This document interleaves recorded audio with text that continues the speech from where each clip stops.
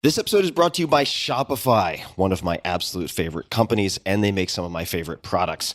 Shopify is the commerce platform revolutionizing millions of businesses worldwide, and I've known the team since 2008 or 2009. But prior to that, I wish I had personally had Shopify in the early 2000s when I was running my own e-commerce business. I tell that story in the 4-Hour Workweek, but the tools then were absolutely atrocious, and I could only dream of a platform like Shopify. In fact, it was you guys, my dear readers, who introduced me to Shopify when I polled all of you about best e-commerce platforms around 2009, and they've only become better and better since. Whether you're a garage entrepreneur or getting ready for your IPO, Shopify is the only tool you need to start, run, and grow your business without the struggle. Shopify puts you in control of every sales channel.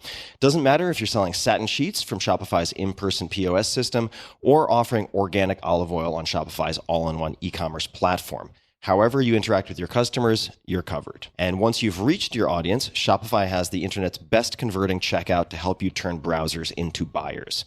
Shopify powers 10% of all e-commerce in the United States. And Shopify is truly a global force as the e-commerce solution behind Allbirds, Rothy's, Brooklinen, and millions of other entrepreneurs of every size across more than 170 countries. Plus, Shopify's award-winning help is there to support your success every step of the way if you have questions. This is Possibility powered by Shopify. So check it out. Sign up for a $1 per month trial period at Shopify. That's Shopify. Shopify.com/Tim. Go to Shopify.com/Tim to take your business to the next level today. One more time, all lowercase, Shopify.com/Tim. This episode is brought to you by 8 Sleep. Temperature is one of the main causes of poor sleep, and heat is my personal nemesis. I've suffered for decades, tossing and turning, throwing blankets off, pulling the back on, putting one leg on top, and repeating all of that ad nauseum. But now I am falling asleep in record time. Why? Because I'm using a device that was recommended to me by friends called the Pod Cover by 8 Sleep. The pod cover fits on any mattress and allows you to adjust the temperature of your sleeping environment, providing the optimal temperature that gets you the best night's sleep. With the pod cover's dual zone temperature control, you and your partner can set your sides of the bed to as cool as 55 degrees or as hot as 110 degrees. I think generally in my experience, my partners prefer the high side, and I like to sleep very, very cool. So stop fighting. This helps. Based on your biometrics, environment, and sleep stages, the pod cover makes temperature adjustments throughout the night that limit wake-ups and increase your percentage of deep sleep. In addition to its best-in-class temperature regulation, the pod cover sensors also track your health and sleep metrics without the need to use a wearable. Conquer this winter season with the best in sleep tech and sleep at your perfect temperature. Many of my listeners in colder areas, sometimes that's me, enjoy warming up their bed after a freezing day. And if you have a partner, great. You can split the zones and you can sleep at your own ideal temperatures. It's easy.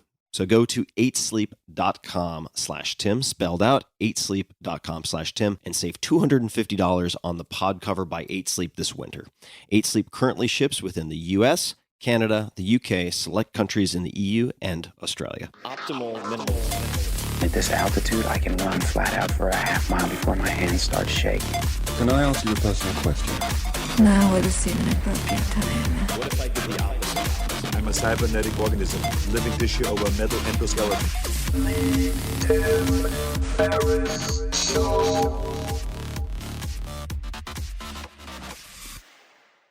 Hello, boys and girls, ladies and germs. This is Tim Ferriss. Welcome to another episode of The Tim Ferriss Show, where it is my job each and every episode to deconstruct world-class performers, to tease out the backstories, the frameworks, the philosophies, the tactics, and so on that you can apply to your own lives. And my guest today has been in the works for a long time. I'm thrilled to have him.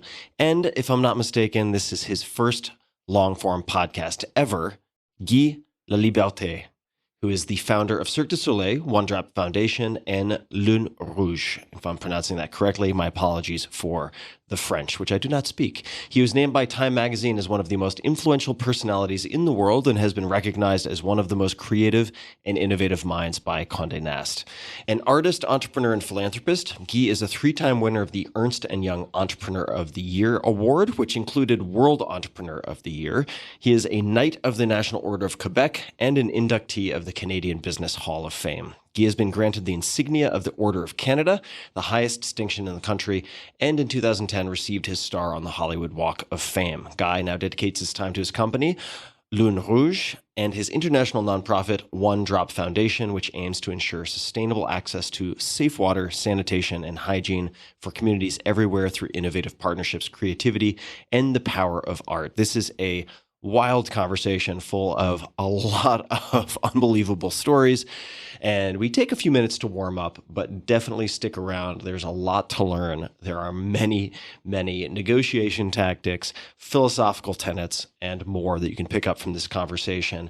You can find him on Instagram at Guy Laliberté DJ, and you can find his new projects, which are brand new projects, and they will contain descriptions of some different projects that we allude to at the end of the conversation, and that is Froogs, FROOOGS.com, and you can get to the English with /EN. So froogs.com/EN.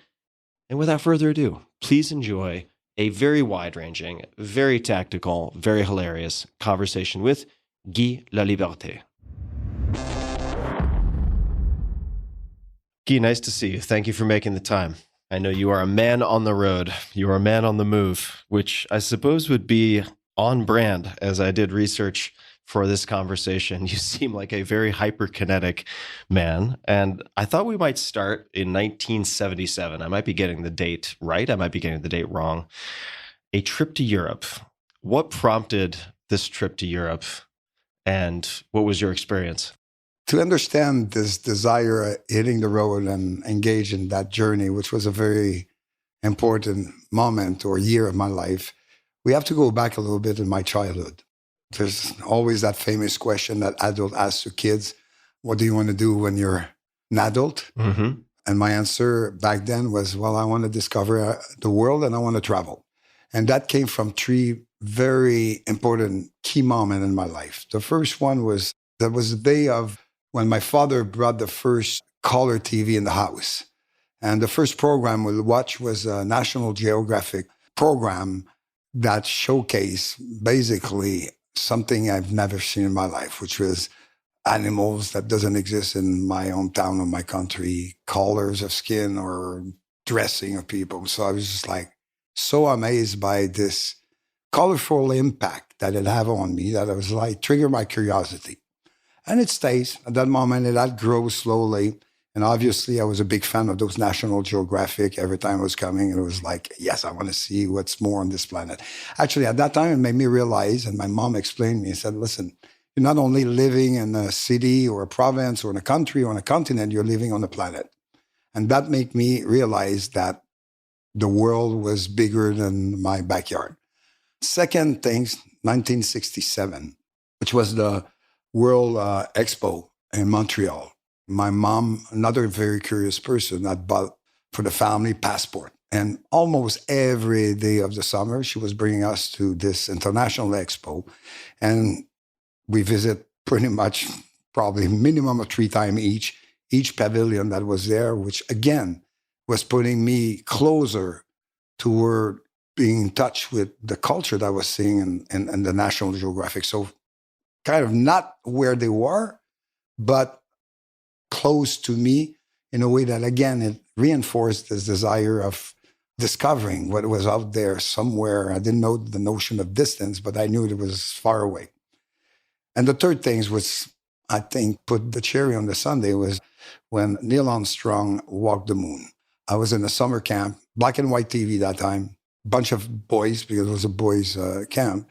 And we spent the entire night, and it was a long program because they showed up all the process, the expectation was there. And suddenly, this guy put a foot on the moon. And it was very interesting because you could see the reaction of the other kids and even telling, wow, I want to be an astronaut. I want to go on the moon. I want to do what he's doing. And for me, my look at that moment was totally different. It was like, whoa, the Little Prince story could be real. No, it's very interesting. And then it triggered my belief that if I have a dream or anything that was dreamy could be achievable.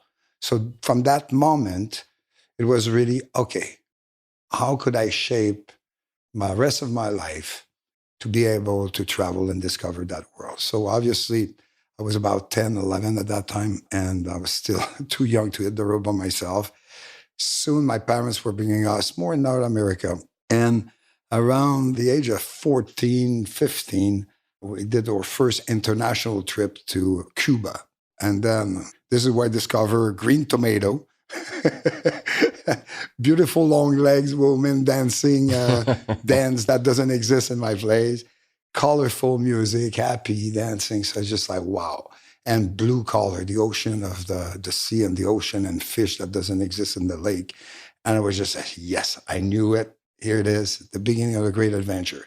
But at that time, obviously I was a minor. So I really started to engage in discovering my province, hitchhiking, going in a theater festival, music festival. And at the same time, I pick up the accordion of the family of my father because I come from a family of musicians, but traditional music. And I start to realize that maybe I could activate a little bit this adventure using music. So I took the time to prepare a little show of myself, sing songs, storytelling, music, and then short after connecting with a couple of other musicians, creating a band, and that for 3 years permitted us to travel around Canada and a little bit of the States to encounter other musicians, to play on the street, play in a music festival. So I realized that, hey, listen, I could have fun playing music. I discovered through this journey the beginning of the pleasure of entertaining people, but mostly I was able to always go further and further geographically. And then obviously after a couple of years, 18 years old was coming soon, and it was just like, I'm going to Europe. And I had enough money to pay myself open tickets for a year, and about $50 in in my pocket. But an amazing number of contacts that either had met over the previous 3 years, or people that had been in Europe say, hey, you should go in this bar to play. You should meet that person. He's an interesting musician. And went out, hit the road, and basically spent almost a year in Europe discovering the pleasure of playing in the street, realizing the impact of making people smile. But mostly I was achieving my dream. And I came back with more money in my pocket than I left with. You came back with more money than you traveled there with. So I assume, and please correct me if I'm wrong, that means you were busking and entertaining and Correct. Earning money in that way. What were the keys to good busking? What did you learn about effective busking? First of all, where do you busk? Because it's not every corner of the street that you can get your bread and breakfast money. So one of them is really to rapidly identify in a city where's the hot spot for people to busk. Okay. And obviously there's already busker when you arrive, so you don't invent the wheel, you just observe things. But then you have to deal with territorial situations. So you have two ways of dealing with that. Either you provoke and you confront, which normally is not the right way to do, or you engage.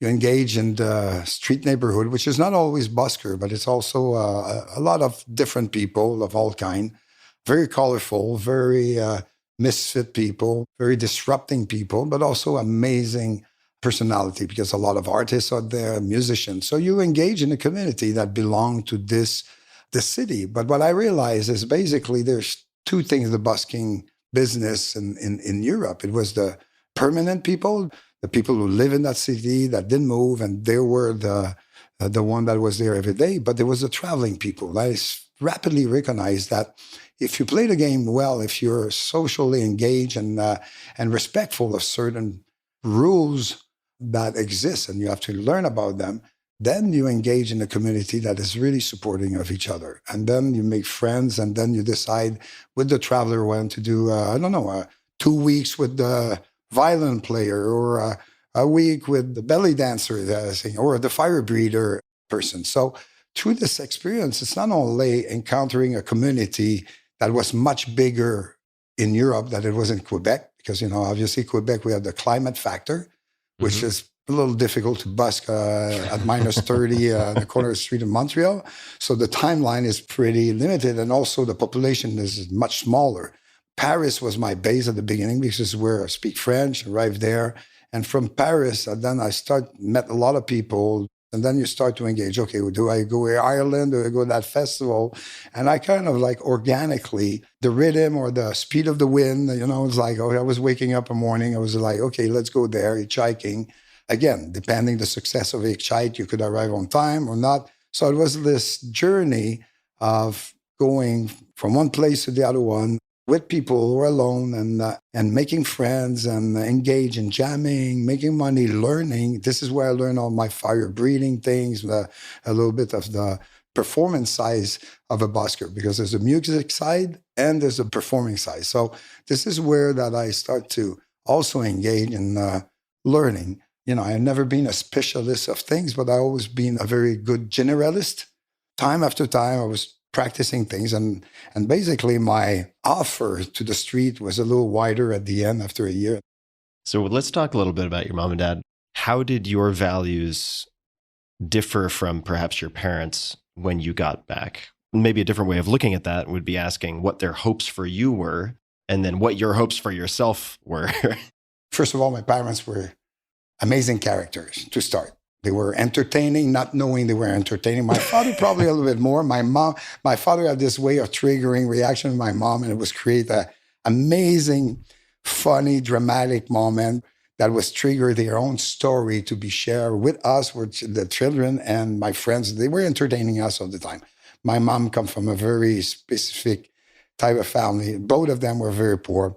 My mom worked her ass out to be a nurse, hit the road at the age of 18. She had her stud baker at 18, hit the road to California as an adventurer with two other nurses, workaholic, musician, piano player.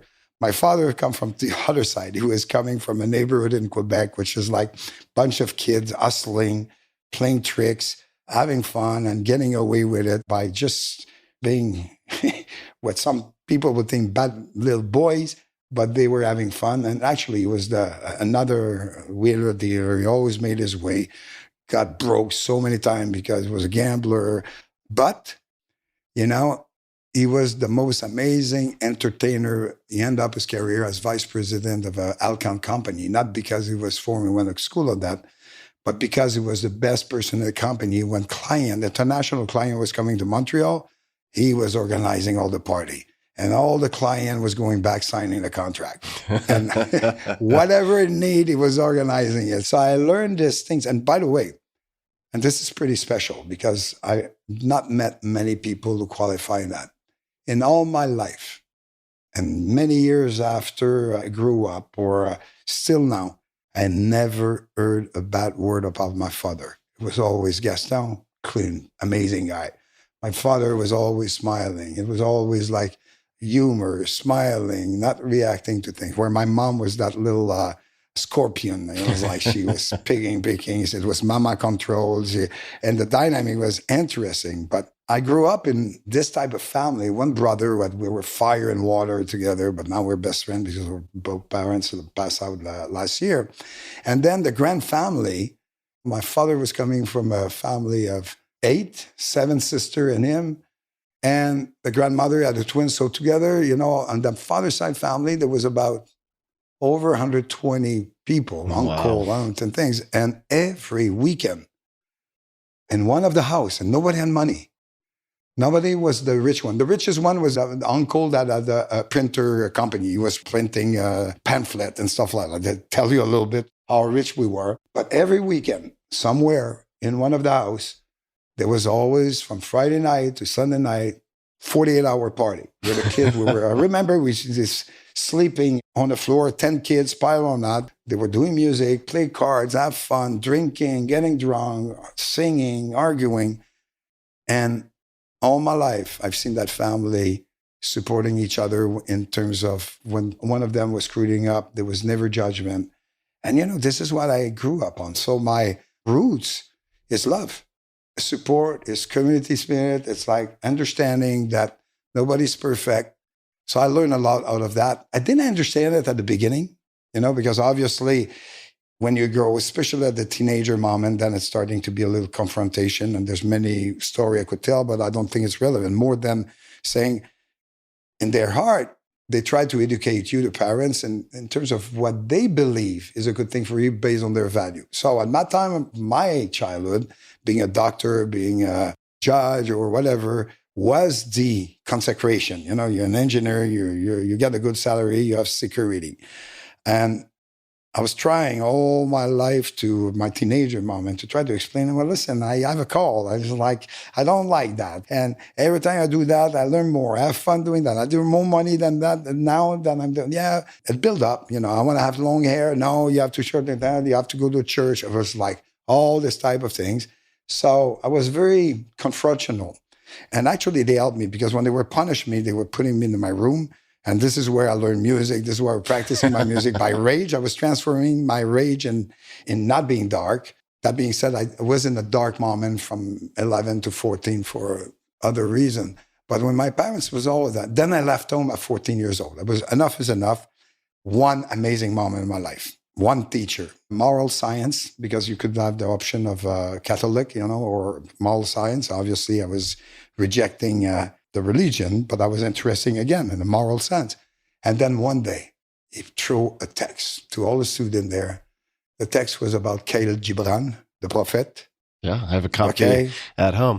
The page about the children. Where it said, the children are not your children. I was just like, it blew my mind. That text was everything I want to say to my parents. So I think within a week or 2 weeks after, I got in conflict with my parents and left home, hit the road because they wanted me to cut their hair and there was another things. And I took the page and I wrote on the piece of paper, when you will understand that meaning of that text, we'll be able to communicate. That's pretty brutal at 14 years old when you throw a text like that in the face of your father and mother. And actually, it was a very important moment in my relation. The first, like, this is where the first time I stand by my thing. Before I was arguing, I was screaming, I was like bitching, but this is really what I said, enough is enough. We have to make a point in our relationship because I'm not happy. I'm at the point I'm questioning if you love me or things like, you know, all the teenager turmoil. You know, this is being a teenager, this is the most fragile time in your life if you're not being aggressed sexually before the age of 10 or beat up.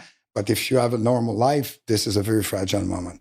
So obviously it came back. My mom was crying and stuff like that. Came back like 10 days after. And then I sat down and said, let's make a deal. We don't agree a lot of things, but I will continue my school. You pay for my lunch, my clothes, but I want to be having the right of keeping my hair long. And second, work to earn my own money to pay myself what I want because I'm tired, Dad, of every time I ask you something, you ask me to do something for it. And enough, you know, because sometimes things could go there because I'm trying to ask you things to be able to achieve things, but it's always a negotiation and you try to bring back in your way of things. So I cleared that and it worked. Actually, that deal worked pretty good because without supporting everything I was doing, there was at least a dialogue that took place. And there was some up and down. But I realized, and this is where the first thing I realized is actually at the end, all this courage that I have, going and hitting the road, taking risks in my adventure, I always knew somewhere. And I realized that after, and it's maybe that subconscious or this third eye or sixth sense or whatever, but I realized that, hey, wait a minute. I knew, and I know exactly what they were about. They never told me if you cross that door, don't come back, first of all. You know, and you know how many parents screwed up when they said that to their kids. And second, I realized that if I screwed up, I will always be able to come back. I would have a bed, food, and love and comfort. And this had triggered this enormous wave of courage and desire to even engage more. They didn't know that at the moment. They think I was crazy because I was doing more than I was doing previously. And then obviously there was this confrontation about starting to do business and entertainment because it was one thing for them to understand that I was using art or music to live an experience. In our conversation, I always made them believe that I will come back to schools, but I was always every year extending the return to school. But when they realized at the age of 9 that I was shifting and I consciously made the decision to not go to school, but give myself the chance to live out an entertainment, whoa, that was difficult. With my mom, it took the first year of Cirque du Soleil to realize it, and she collapsed in line. And so now I understand. My father, it took 3 more years because there was still some issue related to, I reached him a couple of times for financial help to go through some tough moment, and he was coming back with his old moral or condition, and it pissed me off. But we had a great conversation in a steakhouse, Moshi's in Montreal, a good bottle of wine, and with a big dill pickle and coleslaw salad. And we made peace there. And from that moment, I brought them everywhere in the world with me. We became good friends. We had our up and down, but it was an amazing connection. You know, in the life of a children or any relationship with parents or not, you know, obviously it's not instant, but you always wish that the complete connection of the circle of this relationship is done before one of us die. And I did accomplish that with my parents. And this is another beautiful gift of life that I had. I may want to come back to that. I mean, I know a lot of people who have not been able to do that. That may be for a bottle of wine another time, but I want to connect the dots to Cirque du Soleil. But before we get there, if you're open to talking about it, and we can always cut this afterwards if you want to cut it, but you mentioned that you had a dark period from 11 to 14. And my main question is how you got out of that dark period, but would you be willing to say a bit more? Yeah, I could share. I've been sharing people. Yeah, it's part of my life. My close friends know, and I have no problem talking about that. And that's actually relate to a very big problem in the world that we're living. And it's coming out and keep coming out year after year, which is all about this Catholic Church controlling schools, abusing children, and being excused because they were the voice of God. So at the age of 10, my parents sent me to high school in a college in Montreal, which I was a boarding school. And obviously soon I realized with my friends that there's a bunch of priests that want to abuse you sexually. So I resist that. I beat that up. But I had a friend who suicided himself. And so I start to be very, very reactive. And it brought me a lot of angriness. Because, you know, what is the feeling? First you resist. I've not been raped. But they try it, and I got their trick. I resist, I fight it back. But there's some other kids there that didn't have this courage of reacting, and they were my friends, and they got beat up in the sense of it killed their soul, and then one suicided himself. So obviously, and I was incapable of saying to my parent at that time, remember, I was 10 years old, 11, and knowing my parents were religious, so obviously, will I be punished, or would I didn't know. I was confused about the information, and I guess there was a taboo things because I see my parents were very religious. I was confused. So I kept that for myself and among my friends. So I built up this desire to destroy to the point at a certain moment that even because of another event later, I left 2 events a little bit like that. And the last one, which is kind of like the add-on of that, I arrived to a point where I want to kill the person. And actually, I was not feeling that. So that dark moment really was present. I was doing things that was not necessarily creative, that was more destroying. I was doing things that is not how I was educated. It's not what I was feeling, but I was doing it by rage. And this is where it's super important to understand that what saved me out of that darkness is music and this desire of traveling and actually activating the action of getting out of my city and getting out of my environment, because that was toxic. It was contaminated by what I had lived as children, and I was not able to see the beauty, and I was just seeing the darkness. And going out of this circle, geographical circle, had permitted me to slowly heal these things to a point where a certain moment, I remember, there was a very, very precise moment where I have the address. I knew where this person that tried to rape me was living. And I kept in my pocket always the address because I said, if I pass by there, I want revenge. And a certain moment, I took the paper, ripped it off, put it in the garbage, and that was it. I was living my future, and I boom it. But again, this is how lucky I am. Do you know how many kids, their life will be destroyed for things like that? So again, what that comes from, is it the love of my parents, this understanding of what your dad, this feeling that the way you think is not the way you want to be, and overcome that. But you know how many friends have not survived that? How many people their life have been destroyed by living something like that? So obviously, once I overcome that, I become so engaged in those type of value and defending that I become very, very strong about not allowing those type of things in my surrounding. Combat that, fight that, not with my fist, but with my creativity. For me, making people live an emotion because they live a moment of joy.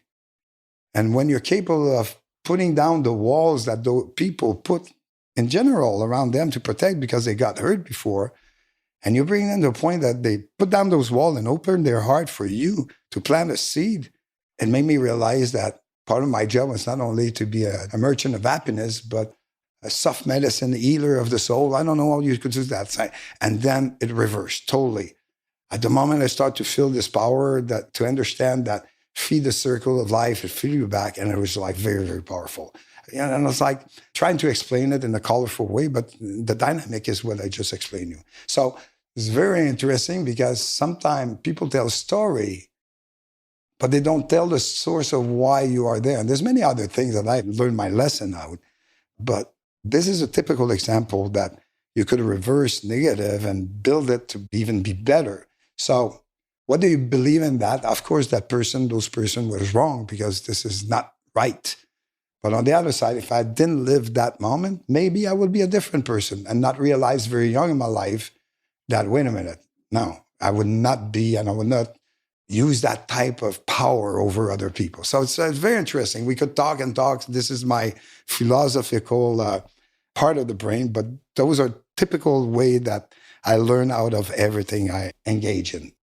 Guy, thank you for sharing that. And I'm sorry that you and your friends experienced that. And as a spectator, as a, I guess, participant, but from the stands, someone who's gone to many Cirque du Soleil performances, it's beautiful for me to hear how you referred metaphorically to the lowering of those walls, those protective mechanisms, because we don't have to spend much time on this, but I was very badly abused when I was very young, 2 to 4. And I have very well established walls, but when I've gone to Cirque du Soleil performances, and there are a few places in life where this is true, but it's where I can forget those stories and become engaged with awe and wonder in a way that allows me to exhale and experience these things very fully in a very tangible way. So I just wanted to reflect back my personal experience. And you'll be surprised because I always said, to hit the big 7, which is having the privilege on this planet to be born on the right side of the planet, having the love of your parents, water, food, not being beat physically before the age of 10 or sexually abused. Whoa, has a question around. I will tell you, there's not many that qualify for the big 7. So this is very important to understand. I believe in the society we're living. It's a lot of creepy and twisted things that happen to human being and that human being to each other. So again, Cirque du Soleil, I'm so happy to hear your story because 2 things. My show were about, of course, the spectacular of it, the things like that. This was the big pleasure, but the fundamental satisfaction was coming from 2 things. Really having the impression that each of my show was helping to build a better world in 2 ways. First, in exposing, because all my show was all about inspired by the culture of the world, either through the music, the costume, the team, and things like that. My artist was a mosaic of all these beautiful people around the world that was performing. So for me, I believe that I was a promoter of one world. And by then, open the mind of people that there's other people than you and they could be beautiful too, and they don't have to think like you. That one. The second one is really what I just explained about this wall, because I believe strongly that the power of love overcome the power of hate, because it's a feeling. So when people feel something that extremely profound and deep in the emotion of joys, well, they will try and they will look into living that again and again and again. And the same effect when somebody suffers something. And this is why sometimes one event of aggressivity could provoke a monster. Why? Because the emotion is there and he want to give revenge. So he's building even more what he had lived. So it's like, it goes both ways. And like I said, I'm so happy to make that choice of my life, that I could have this healing tools that I believe is thing. My job at Cirque du Soleil, I did a lot of things, but one of the most important function I have when we create a show, my job was to assure that every my show, it could be a fraction of a second, that any spectator in the place would say, wow, they did that for me. Whatever it is. And if I was able in my show to make people feel that I did that for them, that was the most wall was falling down at that moment. So again, it's like understanding the psychology, the world, different way, radical acceptance, a recognition that nothing's perfect. It was just like, this is all came through my journey. And Cirque was the sandbox in which I was able to build that castle. Just a quick thanks to one of our sponsors, and we'll be right back to the show. This episode is brought to you by Momentous. Momentous offers high-quality supplements and products across a broad spectrum of categories, including sports performance, sleep, cognitive health, hormone support, and more. I've been testing their products for months now, and I have a few that I use constantly. Personally, I've been using Momentous Mag 3 and 8, L-theanine, and apigenin, all of which have helped me to improve the onset, quality, and duration of my sleep. Now, the Momentous Sleep Pack conveniently delivers single servings of all three of these ingredients. Momentous also partners with some of the best minds in human performance to bring world-class products to market, including a few you will recognize from this podcast, like Dr. Andrew Huberman and Dr. Kelly Starrett. Their products contain high-quality ingredients that are third-party tested, which in this case means informed sport and or NSF certified, so you can trust that what is on the label is in the bottle and nothing else. So check it out. Visit livemomentous.com/Tim and use code Tim at checkout for 20% off. That's livemomentous, livemomentous.com/Tim and code Tim for 20% off. Let's track your path to the sandbox, because there are many people who busk. I actually did a very small amount of busking in Paris, actually. Well, but it pissed everybody off because I wasn't asking for money. I just did acro yoga with another woman who was there. Place Beaubourg? I think we were actually near, I'm not going to pronounce it properly, but near the gardens. What is it? Tuileries? Something. Oui, les Jardins de la Tuileries. Yeah. Yes. Les Jardins de la Tuileries. I was close. So we were in nearby in front of the Louvre. In front of the Louvre. Exactly. And there are many buskers, many people who busk, but very few people who create something like Cirque du Soleil. So you come back from Europe. Could you describe some of the key decisions or moments leading up to Cirque du Soleil after you return? Actually, when I came back, I was not yet decided if I was going back to school or not. Again, I find another way to extend a year not going to school, to tell my father, well, I need to make money now. Could you help me to have a job? He had a friend who had a factory to do a window for the RVs and trailers. So I worked there for months. Obviously, this was a factory job, but it was bringing a little money while I was playing in bars with music and still wheeling, dealing, anything that could sell on the side. What kind of stuff would you be selling on the side? Not Anything. Baseball cards, anything. Anything. I will find anything. I was able to see opportunity to make a buck on anything. So you just like buy a bicycle at a yard sale and then sell exactly. it to somebody Something else? like that. Or or buy wholesale a bunch of jeans and going things and making $5 over the jean. That's cool. Whatever. I was a wheeler dealer. I was a hustler also. I was good at backgammon. I was like a pool and stuff. A little bit of everything. I always I'd like to put to challenge. I love competition. I said same competition amongst people. I think this permit you to, it's like playing poker. You discover personality of people by being a good chess player. That's nice. And actually it's something I apply in business later on. But at that moment, we're talking about when I come back to Europe. So 1978, 79, got that job. And then there's another friend my father had, because at that time, the biggest job you could have was to go work on the dam in the north, the electrical dam. The wages there was like, you were sent there, you had the highest wages, extra hours, you were working 7 hours. It's like you were doing so much money. So my father got me that job. So I go there. Then 3 days after I arrived there, my syndicate go on strike. Your syndicate is like the union of the workers? The union. Got on strike 3 days after. Here we go. My summer is screwed. My money is out. Bad timing. Then I come back. They want me to go picking. I have nothing to do with their things. To be honest, it's a community that I didn't even engage with. It was like, I didn't know. I didn't feel emotionally engaged to go pick things because they were giving you a check, small check, but they were giving you a check. So what I decided to do, I said, where did I then go in my province? And there was one place, Baie-Saint-Paul, okay, which is a little village, North Quebec, which had the reputation of one of the coolest youth hostel there. And I said, wait a minute. I have a little check. I'll go there. I'll offer my service to help against a bed and food. That was it. And I'll wait. I didn't know when the strike would stop or not, but it ended up to be all summer. So when I arrived there, climbed the hill, and funny enough, I see Gilles Sainte Croix, that is one of the most important person in my life with Cirque du Soleil, and another guy, Daniel Gauthier, that was my school friend, which was, we left a relationship, not on a good note, and then I said, okay, why do I end up with this guy that I want to see? But he's part of this. It was a nonprofit organization, and I arrived at the time where they were shaping the used hotel. So we prepared the things. I got the job of animating. So I was in charge of the party. You were in charge of parties at the hostel? Exactly. Okay.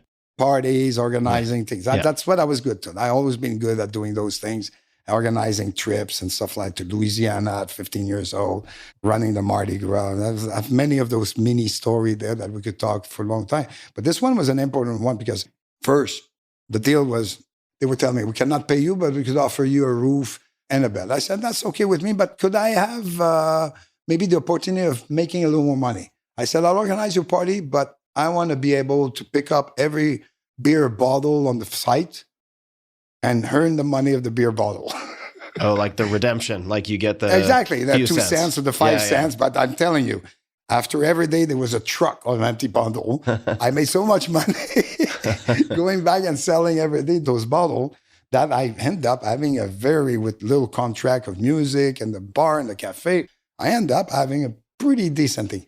And this is where Gilles Sainte Croix, which was coming out of, was also a very interesting misfit creature. He was just coming back from an experience at Bread and Puppet in Vermont. I don't know if you remember. I just heard about Bread and Puppet or Bread and Puppets for the first time from some of my family who live in Vermont. Literally last week, they just told me about it.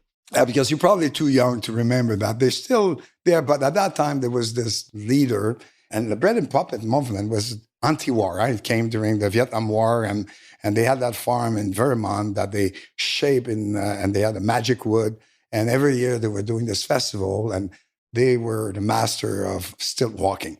And Jill came back of that and said, I have an idea. Let's do it. I'm doing music. We're doing a little theater. He said, let's start a theater troupe on stilts. That's the end of 79. Then in the falls, I got called for the strike sale, and I go back to work on the dam. And Jill, in the meantime, choose another partner. I said, okay, well, you're not doing a collective. You want to do business? Fine. I said, but I won't hire you. I said, well, listen, I'm going in Mexico. Came back, went to the dam. A month after, Jill said, I have the grant of the thing. Do you want to be an artist in my troupe? I said, I don't know. So a grant, this is from the government? The government, yeah. Basically, they had those grants that you could have enough money to pay salary for the summer. In that region of Quebec, it was very simple. 80% of the population was working on grant salary during the summer and get the unemployment check during the winter. This is what that region is about. So basically, you need 20 weeks to work to get your check the rest of the year. And that's what the life, and most of people was living on that pattern. But I didn't know. So what I said to my employer, I said, listen, I didn't have a house. I said, my house just went on fire. Could I have a couple of weeks to just go organize the thing? I didn't want to lose my job. Because if I say I quit, that's it, I'm done. So I didn't know if I'm going to work. So I milked that story. I got the permission, went there. Never went back, but at least I had that backup. It's always, you're playing chess in life. It's like you make a move, but you want to know what's your back move. That was one of them. So eventually, I accept to be one of the artists in this theater troupe on stilts, which was in partnership with this guy, Sylvain Néron. We end up to be so bad for the business. So at the end of the season, actually, we had an amazing experience. It was the summer of my first big love in my life and an amazing theatrical, original experience, but bad relationship with the management, especially that guy. So everybody was like, we don't like the guy. They end up bankrupt at the end of the season. Gilles said, well, it's like I'm making mistakes. And we all decided to create a nonprofit organization, buy back the assets, and started under a new company, which was the foundation company that we built Cirque du Soleil with in the future. So step 2 of that was to manage. And then I was tour manager. I was like assuming a marketing business function. I was able to give my skill. And we had an amazing 1980 summer. This is the year also of the federal election. I was a candidate at the Rhinoceros Party. You know, there was this like crazy party that was promising anything. I was a political candidate. We have a lot of fun. Quick question. So was the performance at that time still mostly theater on stilts, or had it changed? Theater on stilts, music, fire breathing. But that moment, I really had mastered, I would say, in all the skill I had, probably fire was the highest level I was mastering. So I had my pyro license. I was one of the best fire breather in the world. I was developing device to manipulate fire. I was organizing show with fire. And this was my personal, I would say, the feature. And I was very proud about it. And I was recognized for being one of the best Quebec fire player or fire master. That being said, then we did one season. And the winter, I was always, again, 20 weeks of work. And people were going and getting their paycheck for the rest of the winter. It was not my style. For me, it was about, okay, the job's finished. I was hitting the road all the time, south. One time on a motorcycle, going to Montreal, Key West, then San Diego, and then jumping there. But in 1979, 1979, at the end of the first year, which was my love affair, I discovered Hawaii. Summer was the love of my life back then, first big love. And at the end of the year, it was like the broken heart of my life. At that moment, within 6 months, 7 months, it was like I went from, wow, this is love, and saying, oh, heartbreaking is very hard. It's very painful. So I had to take care somewhere. So I was a friend that was in Hawaii on the big island, like Kona, that said, I passed by and arrived there. And wow, I was discovering a part of the world that I didn't see. And I always wanted to go to Hawaii because my parents told me so many good things about it. And then I was there, and it was very interesting. There was an interesting EP community performer there. There was like the EP side. There was, nice nightlife, simple life, mellow things. But I was still in pain. And it was a very interesting moment in my life. So for the 2 first weeks, it was fun, get to know people. But I had this sadness inside me, and I was heartbroken. And I was getting this little cafe or juice. I was not drinking coffee, but like this milkshake type of things, in the morning at the same cafe. And there was always this old EP there. I remember he was a magician. I learned that after. That was always at the same time with me. And a certain moment he approached me and he said, hey, what's wrong with you? I said, what's wrong with you? He asked me the question, what's wrong with me? And I said, well, there's nothing wrong. He said, you're not on the vibe. I said, what do you mean you're not on the vibe? You're fighting the rhythm. This guy was throwing me like that. It was like sitting down, didn't even invite himself. He invited himself. He said, wait a minute, I'm in my bubble of pain. And then he just keeps throwing me those things. You're not feeling the vibe of the island. And he said, he said, you know what? I know I'm disturbing you there, but I will tell you one last thing. I said, try to feel the rhythm of the island, and the island will bring you on the right side of your soul. Boom. Okay. What is that? And at that moment, I could be very thin, but I listened. You have to understand. Remember, Kyle Gibran, the Buffett things, is like my first philosophical reading, and I grab on it. Everything that make poetic sense or whatever, I always got my attention after that, because when you're capable of reading behind the word and the meaning of it, I start to discover, and this is where I start to like words. Before that, it was pain. But now I start to understand things, and I really reflect on that and watching sunset. And then I start to and this island changed my life. This is where I start to get inspired. I connect with a Lua troops. I was doing my fire ants. I was playing accordion in the Italian restaurant, going and hustling a backgammon in the bar after, and, meeting and realizing that actually so many things at that moment. I'll try to mention all of that. First of all, at that time, there was 101 type of religion or spiritual faction that was on there. On the island? On the island. Made me realize, wait a minute. Because at the same time, you hear about all those fights about religion and thing, and you say, wait a minute, it's like, what is it? And then you suddenly see a piece of land on earth that people live in peace with each other in respect. Wait a minute. Oh, something. Then you meet all those healer with potion, with growing herbs and stuff like that. And there's this healing spirit on the island You see people at a rhythm that doesn't exist on the North American continent. There's a pace that is more toward the pace of the rhythm of the wave of the island or the wind instead of the subway rhythm. And then you meet a bunch of performers that we hang out on the beach every day and perform on the naked beach, on the non-naked beach. There's party there, full moon party.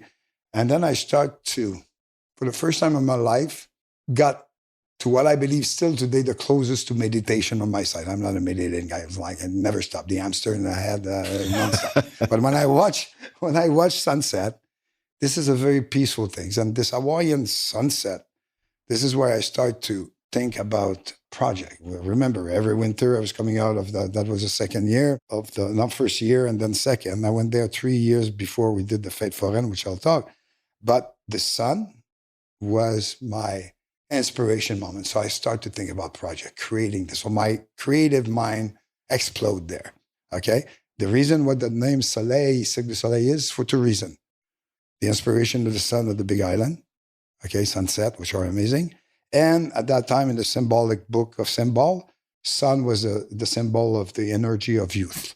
So this is the name of my company, Cirque du Soleil. It came later. But before that, while I was there, every winter I was going there, finding my old friends and just it became my healing island that for the rest of my life, every time I have a business decision, an emotional distress, a question about my decision to be made, this is where I'd find my answers. Every time I was coming there, I was planting the seeds of my question. And then I knew that when I come out of there, the answer would be there, whatever decision I made, and they were pretty much all good. So this is where the evolution of the theater troupe on stilts, we were trying to grow. And then Gilles said, okay, we'll do a winter version on skate and on the arena. I said, not for me, there. I'm not spending a winter here. I'm a beach bummer. I'm not a ski bummer. And this is where I start to talk about the project of a street performing festival in Bay St. Paul. And with Gilles, what we did in 1982, we went into this village, which is very traditional painting. This place is recognized by, this is a peaceful place for artists that paint landscape and things like that. So we were already black sheep there, the youth social people in this village of wolf mentality. You have to understand, this is all the old traditional families that are direct line from the founders of Quebec, the people who got thrown in the boat by the French as bandings and built this country. And actually, it's not this wolf mentality because it's all very strong, established families. So when you're a stranger coming there. Oh, I see. They're just aggressive when you say wolf mentality. Well, yes. Yeah, and clan. They're very protective. And you arrive, a bunch of people who walk or are in a youth hostel or maybe dancing naked around a fire, taking substance. And actually, the first business that's been opened by our community there is called Le Mouton Noir. The cafe, the restaurant was called the Black Sheep. We made a statement that we will assume the perception that we have. So you could imagine. And they had that festival at that time, which is an art festival painting, very touchy, white glove festival. It's like an institution. And we arrived wanting to close the street and do a street performing festival. So we have to go through all the political level, convinces, and then sponsorship. We're selling, in our program, $75 little business card size in our program to the merchant. But we have to convince the people to give us a chance. And it became a success. It's like financially we lost a little money, but we had the attention of the big city in terms of culture. The merchant was super happy. So the Black Sheep go pitching this crazy idea in this, let's just call it maybe a conservative town, protective town. What was the key to the pitch? I don't know. It's like, I guess, again, it's our conviction. Like I said, me and Gilles is a charming human being. Always pause, never raise him. I was the jester, the jester, the Speedy Gonzalez guy. I'm always like hands up, talking like that, but with a lot of passion. But we arrived with something I believe was safe enough, colorful enough, business-wise, maybe it will have a good economic impact for us. So we got a shot. A shot. And actually, pretty well on, obviously. And again, the last day of the last show in the arena, because all those street performers were there was workshop, people were learning how to do clowning in the wood, in the mountain, whatever. We organized a very nice program. It was not a big budget, but people showed up. And mostly a lot of my international friends decided to come and visit us because we were co-booking. The big paycheck was from the main festival in Quebec City, but I got a good deal if I was getting a deal for them in Quebec. So that justified them to come, and I got them for a good price. But we had that closing show in the arena, which was everybody on the scene together. And where the last moment is the fanfare is there, and I'm blowing fire. And that moment is a thunderstorm. And we're playing that track that's called the funambule, which means the person that walk on the wire. It became more anthem tracks. And we're in the grand finale, and suddenly the storm shut down all the electricity, and we're just with the flame, the candle. Super dramatic.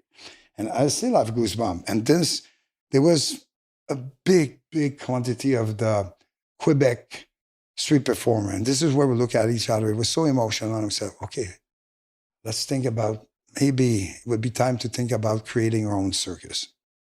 Okay?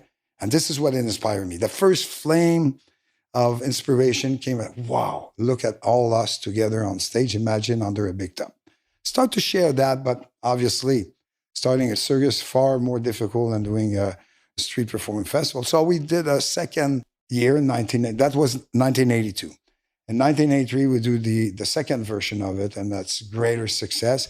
And then we got the attention of the government, because 1984 was a celebration, the 450th anniversary of Discovery of Canada, both celebrating by the federal side and the provincial side. And you have to understand the provincial, we're French-Canadian, we're frogs or French fries, and then the Anglo-Saxon on the other side. And obviously the government want to celebrate, and both take a position, very political. So there's a lot of money that is thrown for cultural shows, activities, or things. So special money. So I've been invited, based on the success of Foreign, to propose a project. And this is where at that moment I said, well, this is our window. So we build relationship with the director of programming, but we're still, remember, I'm dealing now with the government, a cultural minister that is so in the high-end, classy. I'm hanging out with the stars. So you're thinking about a government where this minister of culture is totally star system thing, In all the different department of culture, you have dance, opera, singing, whatever, music. Street performing circus was not there. Basically, you have to understand the social reality there is, and the mentality of whatever festival government was about, pay them a sandwich, they'll entertain you for 50 minutes. Okay, so this is where we started. Their assumption was it was very low. We're the low braid, we're down the food chain. Okay, we're way down the food chain.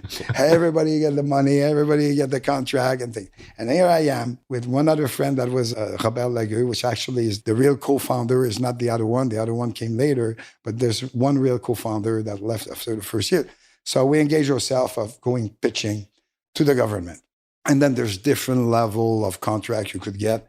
But there was this artistic director that was in charge of programming, Jacques Renaud, that really we had connect. But I was pushing him he was coming red sometimes. This is not what I'm asking you. We had to fit in a formula. And I'm trying to pitch the first Quebec circus. And I'm trying to explain to him, he believed in it, but he said, you will not be able to sell that to the government. You will not. I said, no, this is the time. And then slowly by slowly, they oblige us to hire or put in our team somebody that was recognized by the government. A friend of mine, we play with her, but she was absolutely not the same level. But slowly, and I will always remember the deal thing, because there was that famous cap of $1 million contract. And it's not grant, those were contract negotiating. And my project, what I want to do, with some compromise, was costing $1.7 million. But to have over $1 million, you have to do a minister council. So they didn't want to bring a freak like me as a proposed content provider, especially not that minister that doesn't like street performer. So basically, I will always remember you pitch in front of commissary, the minister and stuff. I have 2 documents on the table. one big cover colors. And I put a corner there and I have a black and white one. Okay. And then because they asked me to stay at $999.99. Okay. $1 under the $1 million project. And I did work. So I present in black and white. Everything of my project, I present in black and white. I said, this is a project. And there's one, of course, I've seen the document. They said, what is this other document with color? Well, I said, well, it's not important. It's like, this is the 1.7, you don't want it. And I raised it, and I'm playing the game, full on the game. No. You're just like, this is what you get for $1 million. And eventually somebody had asked me, convinced me, and it was part of the game, actually. It's all negotiation. Colorful negotiation, I call that. Strategic thinking. Understanding human nature. Okay? And it's very interesting. And I learned all that in the street. Because in the streets is basically, you have a fraction of seconds to decide if you hit and run, if you hit, or run fast, or talk. But you don't have 1 minute to converse if there's a situation there. So one of the biggest skills in business I learned was in the street because of this dangerous environment, or you make friends, or you run, or you're ready to face a more physical reality. So obviously, there was a compromise there where it was, we cannot give you $1.7 million now, but let's start with $1 million, and we promise you that over the summer we'll be able, by exception, to get to your budget. So basically, I got my $1.7 million contract. And with all the hard start, we were the star of the summer. Everybody was failing. Huge failure. We fell too in the first month, but the beauty of it is we were the product that was going in the country. So, in the countryside. So the first month was a disaster. We lost our big top. It was raining. And it was like conflicts. The artist was fighting, and there was a strike. Whatever happened at the beginning, we were in the mud up to the throat. But 1 month after, our show was so tight. You were able to prototype it in the countryside, so you're able to be a mess. But it didn't matter because you could refine it. Yeah, because they asked us, the minister want to keep the big city and the stars of the big city. They put us on the third row, go in the cheap country. Yeah. We were the piece of bread that was thrown in the country to satisfy, to touch everybody with a celebration thing. But at the end, it became the best thing that arrived for us, because when we arrived in the big city, because we did play in the big city, we arrived so ready. We became the success of the summer, press-wise, public-wise, and government-wise. And Prime Minister was there, and he said, wait a minute, those are the type of, because you have to understand, we're right in the middle of the independent movement. And the Prime Minister at that time was trying to always say, we're not done for a little bread, coming out from the religious things behind then. And we lost everything to the English rest of Canada in terms of the economy. So this minister was like, believe in the French-Canadian creativity, business skill, and stuff like that. So we became the symbol. Yeah. Totally. And I developed that relationship with that prime minister, and he fell in love with that. We were his case or the product and the example of what he meant. So basically, the second year, he twisted the arm of the minister of culture. He said, no, if you want that amount, you have to give them. So it was a very important thing. So obviously, year second was more being by yourself in the business. But this is the beginning of Cirque. This is how it came, and that's how it take place. So let me pause for 1 second. So in that meeting, you have the black and white copy, you have the color copy. So you're playing on human nature, and you're doing it really well because of, in part, your experience learning lessons on the street. Still, when you walked in, I assume that their perspective was that street performing, again, lowest on the food chain. Right. So what else was there in the presentation that made them change their mind? Over time, because that was a year in preparation for meetings, we suddenly got ally. Right. You developed some relationships. Chief financial officer, which is a big man, Monsieur Mathieu, became our defender. Then the press person was in love with you. It's like there was so many. The Jacques Renaud, director of creation, that was pushing. He wanted our project. So suddenly, the administration, the people at the administration level, not at the decision level, middle level decision level, start to recommend us. I said, no, you have to have that type of programming and all this. This is diversity. They became our defender. And actually, we had certain ally, but slowly we convinced them by, I believe what they believe was a great creative project, but also we're enthusiasts. We were a bunch of kids. You have to understand, we were coming from the streets, and this was a window. And as a wheeler dealer, this is an opportunity. I'm not giving it. And they're like, unless the fish is cutting the line, I'm taking that fish out of the pound. Okay. So I was really always in this like war. I was on a mission, and I achieved it. And because what I was carrying on my shoulder is the dream of all the community in Montreal or Quebec that for years was talking about the dream of doing a circus, but never nobody organized it. And I had the credibility of that tribes because I did a street performing festival. So I was able to ally behind me the entire community, and I was giving kind of like the carte blanche to make it happen, and without having to go through this collective process of things. Because, I believe in consultation, I believe in collectivity, but at a certain moment, I believe also that everybody in the organization have specific responsibility, and mine was to make final decision. And I got the respect of that. It was not, I had to gain it in the first month because there was a lot of challenge related to that. But at the end, I got the support of the community and the press, favorable critics, and the love of the public. So once you have those three things in front of whoever, you have an army. Yeah, you have an army. And let's talk about maybe influences, philosophies. I read, and maybe this came later, so we could also pause this for later, but that your marketing inspirations were P.T. Barnum and Walt Disney. P.T. Barnum, obviously, people who know and read well, very complex character, but he basically invented modern marketing. Talk good, talk bad, but talk about it was his line. And, this is a guy that was bringing a circus in New York and will make sure that the biggest truck that carry the biggest elephant will have a breakthrough in the middle of Times Square. Oh, breakdown. And he will have a breakdown.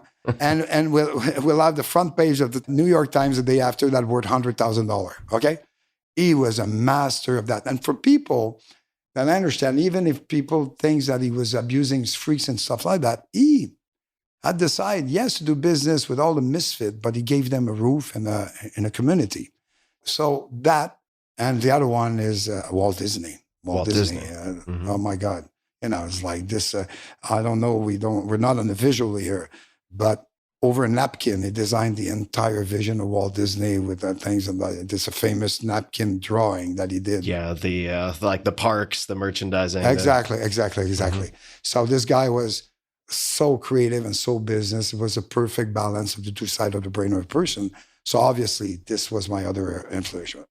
At the time that you get the $1 million with additional, like maybe it adds up over time to whatever it was, 1.5 million from the government, then you do another year. At that point, what was your aspiration? Well, the other year was almost killing. The other year we were technically in bankruptcy.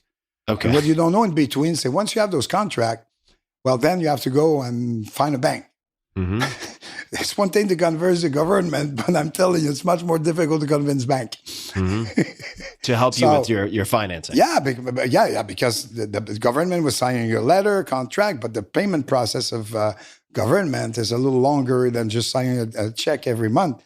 So we have to go and finance and find the bridge, which was banker.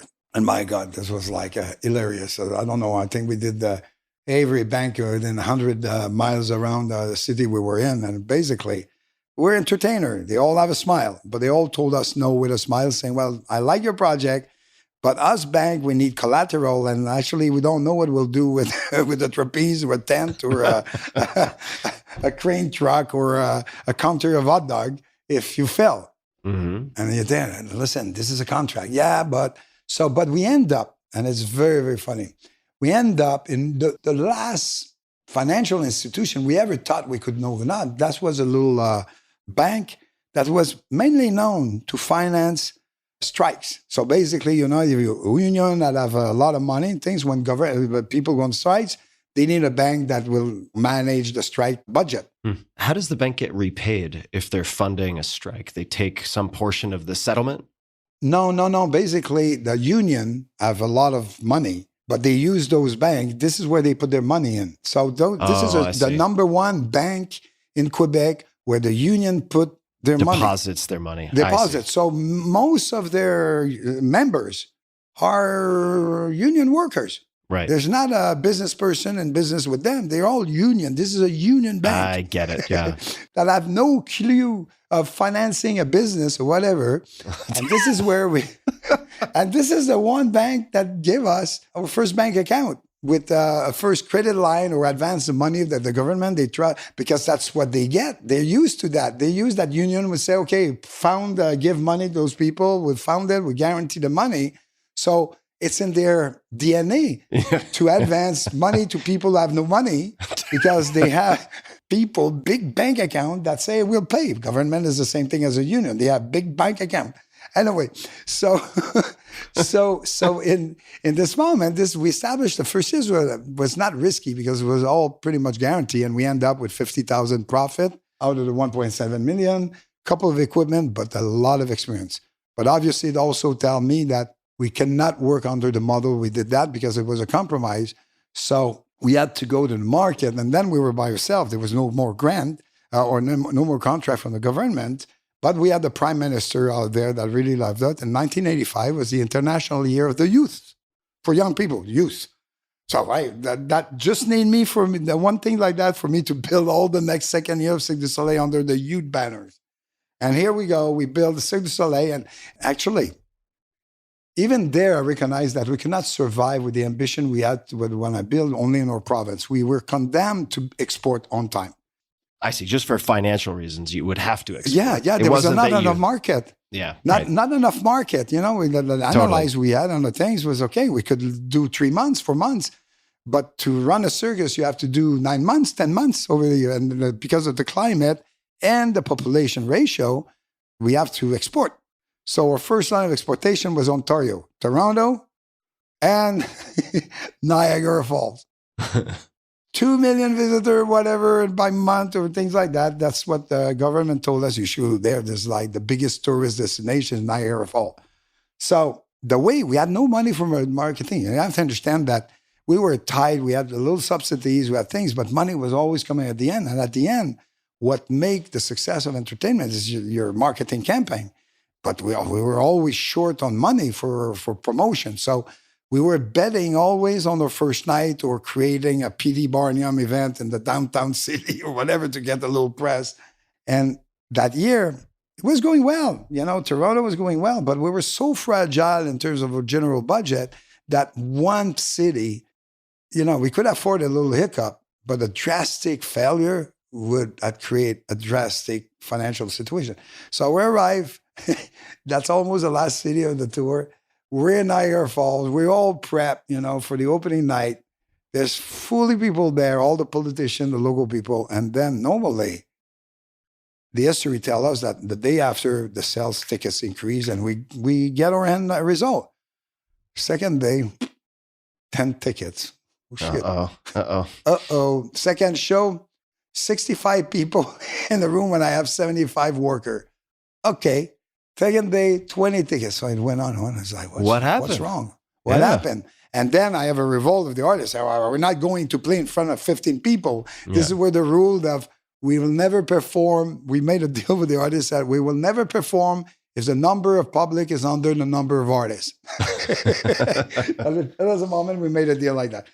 But it was catastrophic. So then it's like, what's going on? And we did all kind of things, by page things. We tried to react, but nothing was working. And this is where a certain moment is like, what's wrong? Why are we that bad or it doesn't work? To then realize that, yes, there's 2 million people passing in Niagara Falls, but the average of stay of people is 45 minutes. And the other one who stay long, they're honeymooner and they are in their room having their honeymooner moment. So we understand that the notion of market study, really. But the result of that is we're technically in bankruptcy. And we saw that. So this specific bank, and this is a true story, obviously we were about $750,000 in deficit at that time. But to arrive there, we had to survive the end of the tour, pay the salary. And if we don't do that, that's it. So we have a list of supplier under $5,000 and over $5,000. We have a payroll to deliver every 2 weeks. And we have our minimum OPEX costs and we cannot bill back, so you have to pay cash. And then we have no more cash. We're coming back in Montreal. We know we'll get a little more money and we could reduce that and not overcome everything. But we have to survive that, because if we cannot bring a little more money to balance a little bit, we're done. And then who's else? We have no money, we not sell ticket. So the banker, this Union Bank that we have like, I don't know, 100,000 that year or $200,000 credit line, start to allow without approval of his committee. First, it was every check we're doing, we went over maybe another 100,000. Then he said, wait a minute, you know, you're over your line. Yeah. And you know, instead of telling you can't do anymore, he said, please, could you don't do check over $10,000? I said, like, wait a minute, this is the banker telling you. So we do check under 10,000. Then the second call is, please, could you not do check over 5,000? It went down to $500. So he was in. And the last thing we got out of him, it was, I think, a $25,000 or $30,000 payroll, the last payroll of the season. We went to there and said, listen, I know we're way over. It's like, and the guy said, he looked at me and said, I'll lose my head. I have no authorization. I did things that I was not authorized to do as a director of the bank. He said, if this goes wrong, I'm dead. So, but I said, yeah, but please, you're definitely dead if you don't help me to pay the payroll. And the guy released another $25,000, $30,000 to pay the payroll. And then we're end of season.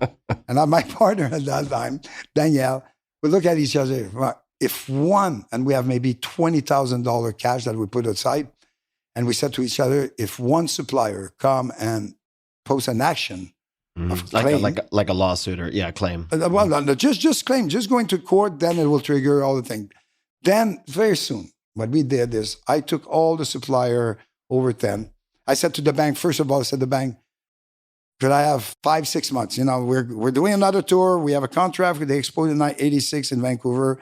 We have good traction. You know, it's like we're popular, but we're totally, technically we're broke.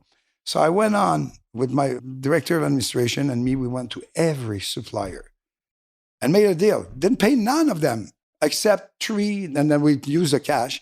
We made a deal, postponed check, 8 months in 12 checks.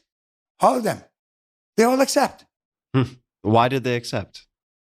They loved us. Okay. They trust us. I think they believe in us.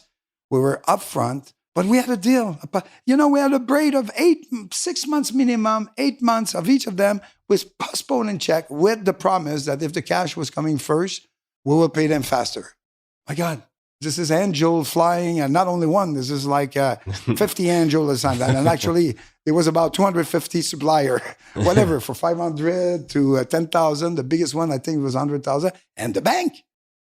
And the bank. And the guy, you have to go back. So the bank, I have to ask, so this guy is clearly just breaking all the rules, it seems like, to give you guys this money. Was he, I want to know a little bit more about that. I mean, was he just pissed off at his boss and he was going to quit in 6 months anyway? No. I know, I'm being a bit of a joker, but why would he? I mean, he's risking his job, I would think, doing this. Totally.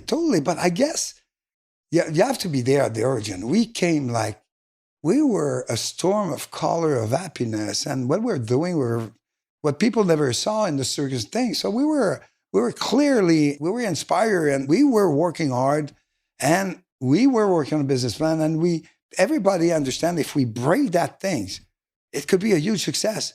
But we were just young entrepreneur that was living everything a young generation have to face when you do business. And suddenly, every wall of those people that normally would put a wall in front of kids at the side, and I didn't interview everybody of it, but I would say it for the banker point, because he became a great, great friend. It was just like, I just believed. Yeah. And I was ready to go battle with my bank committee, you know, and say we should. And actually, his philosophy was banks should sometimes take business risk, and not only protect themselves. You know, his principle, we do so much money that a portion of our things should be, when we feel it, to take greater risk over and above what the rules of the bank rules is. And that's what he was defending. Actually, he was using my case. And actually, this bank that we stayed until I sold Cirque du Soleil, we were super faithful to him. And for him, it became the bank that every young cultural enterprise or young things were to go, because they made a model out of that. And they had been able to service there. And it was just like, again, this was a type of thing. And then 86, we went to Vancouver. In 1 year, we pay everybody, the bank and stuff like that. It was all done. And then 87, we hit LA. It was a live or die in LA. Opening night, again, it worked. Almost died that night. Wait, did you say you almost died that night? Well, listen, that day, okay? You have to Okay, yeah, understand, we're going to Los Angeles Festival, Art Festival, super, again, institutional things. Director of programming he came late. He said, well, we're interested, but we have no money to book you. I said, well, like, she said, I'm going from Quebec to Canada. I have to put everything on things. And one of my partner was saying, well, let's go to Vermont. So what the hell? Vermont would tell you if we will be successful or not. We have to hit the big city, New York or Los Angeles. And we had an opportunity there. So I made a deal with the Los Angeles Festival. I said, okay, I'll go. I'll take my own risk. But please, could I have the opening night, okay, of the festival? And please, could you just at least make sure that in your promotion, your generic promotion, you put us? And I said, third, could you make sure we have good press, the big name of Hollywood on the opening day? But here we are. We're in Little Tokyo, where they put out in Little Tokyo. Yeah, it's everybody else is in the forum of that, all the big institution. They threw us in the middle of the worst neighborhood there is, Little Tokyo, okay, downtown LA, in a site that is the middle of site, which basically is the middle. On one side, you have one street gang, and the other one, you have the other street gang. It's one of the biggest crime place things that is like murder all over day. It's just like, wait a minute. So we end up having to deal with the neighborhood there. So and we have to, we have two choices. Either we have security things. So we decide, I've been able to negotiate kind of a truce between the two gangs, saying, listen, I'm coming. I come from the streets. I put all my street history behind. I made them laugh. I did the clown of myself. I got their approval. Why? Because I said, your wife, your kids, I'll give them job. Okay, other than selling drugs or killing people, whatever, or stealing. My God, 2 memorable moments, okay? And it was a very interesting because people tell us, put 28-foot, no, I cannot afford 20-foot things. We'll give job. So everybody had a job, the security, parking cars, cleaning, ushers, selling hot dog, whatever. Everybody that was hired from the two gang there. And actually, I think for a very long time, that was the first time they were not killing each other in the same roof. Anyway, so there's 2 events that happened that made me laugh. One is about that opening day, which you see people arrive, the big limo, the big Mercedes, the big Rolls Royce, and they give the key to the hood. Yeah. This little kid that usually will break in the window, and the guy was like going park the place in the worst place you could park that type of car. So just that thing was just like, wow. Just that for me was an interesting mission accomplished somewhere to be able to make that kind of. But the most freaky moment was the opening was in the afternoon, and it was so hot. And people arrive, and Hollywood, they don't arrive on the dot. It takes fashionably 45 late. minutes. Yeah. Oh my God. As we were dying, just that. It's like they had people, it was like 100-degree, people were sweating, and then, it's not complete. And the organizers said, well, wait a minute, this star is coming, he's on his way, So we decided to send the clowns to animate the place. And you have the mayor, you have like the governor, it's like all the big shebang is there, and they're on time. Okay, so they're just sitting down waiting until they're inside. And then my clown go, because we have to give a little animation pre-show. So I said to my bunch of clowns, okay, just go. Don't do the things of the pre-show, but you have enough tricks to make them laugh. My one Benny clown, one of them was clown. First thing he's coming with a hose, a water hose. Oh, water hose, yeah. Water hose, open the hose and start to spray everybody and things. I said, I'm dying. I said, I will really die in LA. And then suddenly, a fraction of a second, because you could see people reacting in Seoul. And then you see the first body talk, but there's suddenly a bunch of people all together. Give it more. They stand up and it's like, give me more water. Magic moment. Wow. Then we did the show. That could have gone a lot of ways. Yeah, that could have gone. That's what I'm saying. I thought it was going the other side. So finally do the show, standing ovation. And the day after is like sales. So we were sold out. And it was the beginning of never looking back again. Wow. We did have bumpy road and stuff like that. But from that moment, there's only 1 year, the year of a growth crisis in our growth, that we lost a little money. But since then, except the bankruptcy year, we've been doing money, never been on a deficit year. That's interesting. Super interesting. So if you look at LA, so you told a bunch of stories about LA, you're headed to Vancouver. You do really well in Vancouver. You don't want to repeat Niagara Falls, obviously. Now, Vancouver is very different from Niagara Falls, but was there any planning or changes that you made to the preparation before going to Vancouver that made a big difference? No, you have to understand that we start to build wealth, on reputation, and we're able to do media deal. So we're starting to be much more strategic in our communication. Remember, the first year was very difficult because we have all the money for the operation, but we're very tight. Suddenly we start to generate cash flow and profit. So again, it's support a good campaign. So we're able to buy a full page in the New York Times and hit and create, I would say, attention. We were very famous to every opening night at that time. It was an amazing party that everybody wanted to be there. And then after that, sales was going. And the model was click, click, click, click. And then we expand 2 shows. And then the breakthrough of Vegas with Steve Wynn. It was just like life or the universe. And it was presenting us opportunity. And our eyes was enough open to see them and seize them. Because it goes both ways. And I believe this is something that's very important for people to understand how we were thinking. Is that somewhere in this space or this dimension, there's something for us and we have to find it. But not only we had to find it, but it was coming to us. And this is all the notion of the blue ocean concept versus the red ocean environment. We basically create a blue ocean and so if we were ahead of our time, we packaged. We didn't reinvent nothing. The art form of circus was there. We just put color on something that was very dusty and apply a theatrical approach versus a circus show approach. And we R&D, and once we start to have money, we reinvest for supplying our organic growth in the same time that we're building relationship and having access to bank money. So we became great business people. And that always related to when, at the beginning of Cirque, when I tried to convince bank, put a place on the board where nobody wanted to be a board. I said, well, now I'm condemned to play business.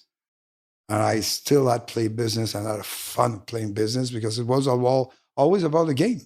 It's like we come from nothing. So what was the worst situation? Go back to nothing? I couldn't live that. That's where I come from. And while I was seeing successful people failing because they were starting to nurture to not having tomorrow what they have today and start to nurture fear. And it was like, no. Could you explain that a bit more? I've seen a lot of successful enterprise. There's many things that kill success. Right? The first one I've seen is about once you have success, you get a lot of reward financially, economically, and then you're starting to nurture the fear of not having tomorrow what you have today. Right. And then change your entire way of addressing things. So suddenly you're not the same person. You don't address your business the same way. You don't address your vision and things because you nurture fear. Okay? So my say of that is like, danger there is. But please, evaluate danger, don't nurture fear. Because at the moment you nurture fear, there's a good chance that you call your fear and the result of the fear. So that's one thing. And I've seen a lot of entrepreneurs shifting their way of being, shifting or transforming what they are and deny where they come from. So at the end, not being themselves and having a business of success, changing their soul, their way of doing things, and become other people, which again could affect the result company. And the other one is more recognizing or realizing that at a certain moment, you're not the person to bring your business or your baby to another level. To be able to step out when you realize that you maximize, for different reasons, your contribution to the success of your enterprise. So let's talk about the first part of that just a little bit longer, because I lived in Silicon Valley for 17 years and I have a lot of friends from that period of my life. Many of them have shifted, I would say, into trying to defend what they have or have experienced more fear because they don't know who to trust, et cetera. I mean, there are many stories about it. Trust is a big factor also. So what else would you say to those people? They're people you care about. You see them maybe changing or feeding the fear. What else would you say to them? You mentioned something about trust. There's a thin line between wasting time of doubting versus trying to see the best side of a person and work toward making emerge of a person as best side. And this is conversation I still have, whatever, with my kids, with my ex, and the actual business, is this notion of to which level you trust without compromising the fundamental.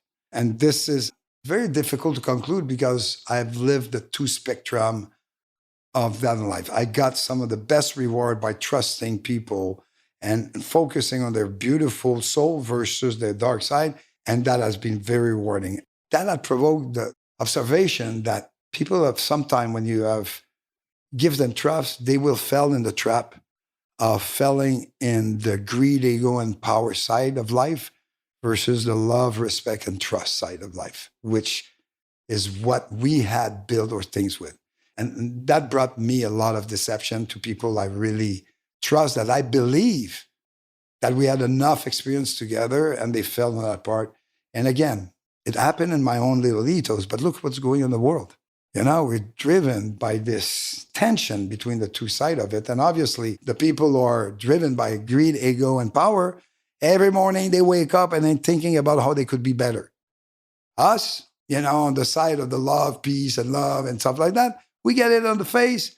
We look at the sun, we meditate, and we're a little more slow to react on that. So I guess we have to be a little more organized. If I'm understanding you correctly, I mean, it sounds like you're suggesting maybe defaulting to trusting people and expecting sometimes you're going to get punched in the face, but that's just the tax you pay for being optimistic? Or are there other ways that you protect the fundamentals? No, I would say at the end, there's more success than failure. But the failure are more touching than the win of trust because it's usually attached to deception. So I'm talking more about the deception. You know, you're in business, you win, you lose, you make good decisions, you do bad decisions. That's part of it. Nobody's perfect. And nobody's perfect in the choice of who you work with, who you trust or not. It's part of doing business. It's more deep than that, what I'm saying. It's just like, so this is why I guess as much honest conversation at the beginning to establish not the contract. This is why in my contract, I always not put just the legals part. I always start the first page by the assumption, the spirit of how a deal is done, because my wish that if there's conflict, before going on the legal battle, you look at what the spirit of the deal was. And if you have sensitive people, intelligent people, they will relate to this foundation versus the word of the legal things. And that's actually a page in the document that has the contract. It's a page in the contract. Mm-hmm. It's a page in the contract. Where the first page is not about legal stuff. It's about the philosophy, the spirit of why we're doing the dream. What had brought us to that deal? What is the spirit of the deal? Okay? I made the mistakes to forget that sometime, and this was the most chaotic things because I'm telling you, it's like, if you're not attached to the spirit and it's just legal, we're living in a country, you know, not America, especially in the States, hitting me will make me happy, making mistakes and not clear. It's much more difficult for a person to deny the spirit if it's been written down. He will deny it and say, it's not what I say. Mm-hmm. Because when you try to bring the spirit in an oral conversation, they will always find a way to justify that it's not what they say. Yeah, that's but smart. Write the thing, it's very difficult for them. Then it's betrayal. Yeah. You understand? Then you know it's a betrayal. It's not a misunderstanding. Is that first page, I'm very interested in this, is it almost just like regular text, like it's paragraphs, or is it bullets? Or? It's understanding that we desire to conquer planet Mars. We will do everything to, you know, it's like very poetic sometimes, very philosophic. It's very mission-oriented. You know, we all do document in business a mission and vision and stuff. Why are we not putting those principles right in the contract when two parties do things? Because this become a new mission. This is built on new value. And I think this is, I believe, an antidote against persecution or legal process. Yeah, that's very smart. Well, I've not been that smart all the time because I'm in some case that I forgot to put it, or my family office, I forgot to put it. But now, I'm telling you, this will be from now on. Even with experience, I did forget to put it because I guess I even trusted more that I believe that I should not put it in it. And that became the biggest betrayal in business I ever did. So now it's there forever. See, you mentioned a name earlier that I'd love to hear you say more about. So I think you mentioned Steve Wynn. So how does Steve Wynn fit into this story? Game changer. Steve Wynn, game changer for me. When I started Cirque du Soleil, I always fed myself by going to see as much show as possible. So right at the beginning of Cirque, I would go visit, see artists, and I would always make a stop in Vegas to see the entertainment there. And then suddenly Mirage arrived there, and the Siegfried and Roy show was there, and it's not the entire show. The first 20 minutes, it was like mind-blowing. I said, wow. I was so inspiring and impactful for me because I realized, and make me realize that, wait a minute, Vegas has this baby foot of modern entertainment. You know, you have New York on one side, London on the other side.